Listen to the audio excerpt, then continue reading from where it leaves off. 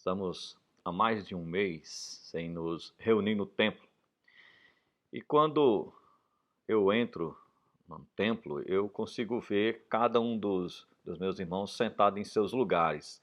Tentei para gravar alguns dos nossos devocionais e essa sensação que tenho quando estou olhando. Vejo cada um dos irmãos ali sentado nos seus devidos lugares. É impressionante como esse lugar, como o templo, nos marca, nos dá um rumo, nos faz sentir igreja, nos dá uma identidade. Mas qual é a nossa verdadeira identidade?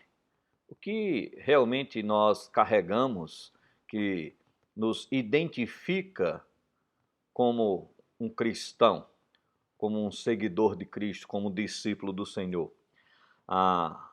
As Escrituras nos respondem a essa questão, a essa pergunta bem claro, quando ela fala sobre a nossa identidade.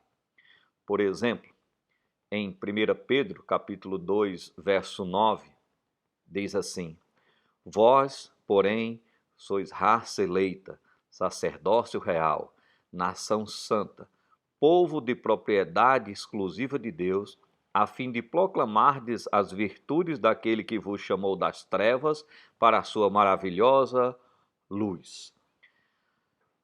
Primeiro, nós somos povo de Deus. Pedro vai mostrar para aqueles irmãos que andam com Cristo que eles trazem uma identificação com Ele e com sua igreja. Pedro meio que está citando o que diz o profeta Isaías no capítulo 43, no final do verso 20 e no verso 21, quando ele diz: ao meu povo escolhido, ao povo que formei para mim, para celebrar o meu louvor. Então Deus está identificando o seu povo. E esta é a maior honraria, sem nenhum mérito, somente pela graça de Deus, nós somos povo dele. Esse povo que é diferente de todas as nações do mundo. É um bem precioso para Deus. Essa palavra que foi traduzida por propriedade aqui em 1 Pedro 2:9, ela é traduzida por alcançar em 2 Tessalonicenses 2:14. E como conservação, lá em Hebreus 10:39. Podemos então dizer que aqueles que pertencem a Deus, o povo de Deus, não são apenas um povo adquirido por Ele, um bem adquirido por Ele. Eles foram alcançados e conservados como povo dele. Essa é a nossa identificação. Somos povo de Deus. E Pedro até diz que temos uma funcionalidade. Pedro declara essa função, a fim de proclamardes as virtudes daquele que vos chamou das trevas para a sua maravilhosa luz. Ele está mostrando que a tarefa desse povo especial, desse povo que Deus chamou para si, que Deus escolheu, a tarefa é proclamar verbalmente as virtudes louváveis de Deus, os seus feitos, o seu poder, a sua glória, sabedoria, graça, misericórdia, amor, santidade, tudo que envolve o ser de Deus. Temos de nos alegrar e termos esse sentimento de orgulho de pertencer, um orgulho santo, de pertencer a Deus, de ser um povo de Deus. Então, essa é a nossa verdadeira identidade. Somos povo de Deus. Mas não é só.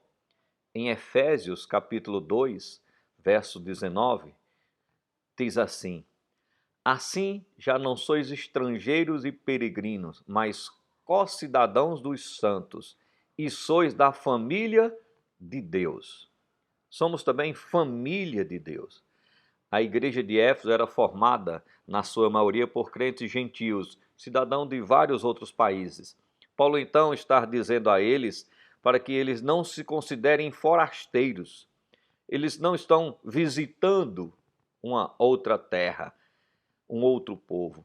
Na verdade, eles são co-cidadãos dos santos, ou seja, são aqueles que foram separados do mundo, consagrados a Deus como um povo de sua possessão pessoal. E expressando esse pensamento numa linguagem mais íntima, o apóstolo declara que os gentios são membros da família de Deus, Vocês são membros da família de Deus.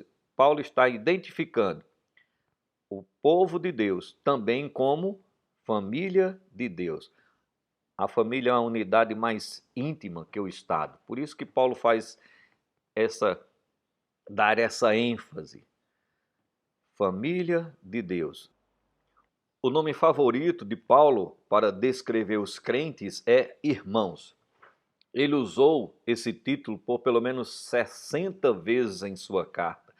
E o interessante é que nas duas cartas que ele escreveu aos Tessalonicenses, ele empregou essa palavra irmão 27 vezes. Paulo viu a igreja local como uma família, família de Deus.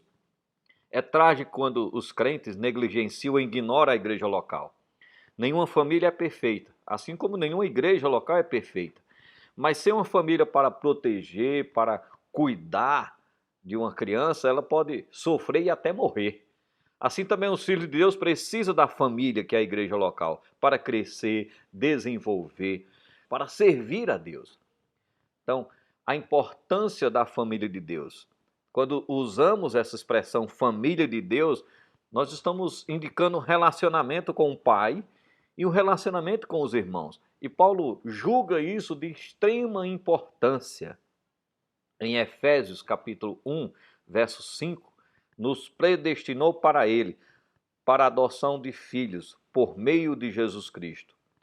Um pai humano pode conceder amor, atenção e até recursos financeiros a um filho adotivo, mas não pode conceder as suas próprias características.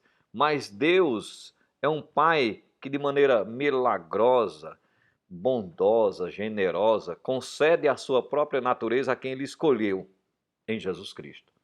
Quando Deus adota, ele outorga o seu espírito. E essa adoção é por meio de Jesus Cristo.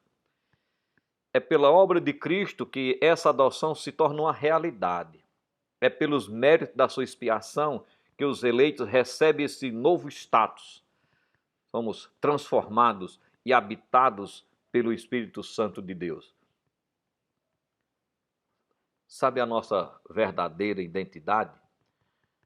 Nós somos povo de Deus. Pertencemos à família de Deus. E não só isso. Nós somos corpo de Cristo. Em 1 Coríntios capítulo 2, no verso 27, o apóstolo Paulo diz: ora, vós sois corpo de Cristo e individualmente membros desse corpo. De uma maneira hipotética, nesse texto, Paulo vai imaginar um diálogo entre os membros do corpo e de um dos membros desprezar o outro membro, de dizer que poderia viver sem o auxílio do outro membro. Paulo está mostrando que devemos transferir esse raciocínio para a igreja. Ninguém na igreja pode olhar para o outro e dizer que ela é descartável, não fará falta nenhuma. Isso não é verdade. Paulo mostra que cada membro depende um do outro, assim como a mão depende da outra. Um pé depende do outro, a cabeça depende dos pés, os pés dependem da cabeça, as mãos dependem dos olhos, os olhos dependem das mãos. Então ele trata o grupo de crentes como corpo de Cristo. Deus estruturou desta forma. Na igreja do Senhor, todos são importantes, todos servem a Deus de uma maneira agradável a Ele, de uma maneira que Ele possa então sentir prazer. Nunca devemos negligenciar um irmão dentro da igreja. A marca é o amor, a preocupação, é o serviço, cuidando um do outro. A igreja de Jesus Cristo é um organismo, não é uma sociedade. A igreja de Cristo é uma comunhão, não é uma corporação, uma fraternidade e não uma associação. Paulo usa então essa analogia para mostrar a importância da igreja do Senhor. Do que é a igreja do Senhor? De ser o corpo de Cristo. Somos um corpo com diferentes membros e cada membro trabalha para servir ao corpo. Assim também é a igreja do Senhor. A igreja visível possui muitas denominações, com suas particularidades distintas, mas se cremos na Trindade, se cremos que Jesus é o único Salvador e Senhor, se temos as Escrituras como a nossa única regra de fé e prática, se cremos na salvação pela graça mediante a fé, se cremos que Jesus Cristo voltará em glória para julgar os vivos e os mortos, então fazemos parte da verdadeira igreja, da única igreja, do corpo de Cristo. Essa é a nossa identidade. Fazemos parte de um corpo. O templo físico não determina a nossa identidade, apesar de sua importância dentro do contexto de igreja. Nós sentimos falta de estarmos juntos em um determinado local. Aquele local que identifica onde este grupo de crentes, de discípulos do Senhor, se reúne. Então, quando as pessoas passam de frente ao templo, elas olham, está lá escrito o nome do templo, no nosso caso, Igreja Batista Regular da Graça.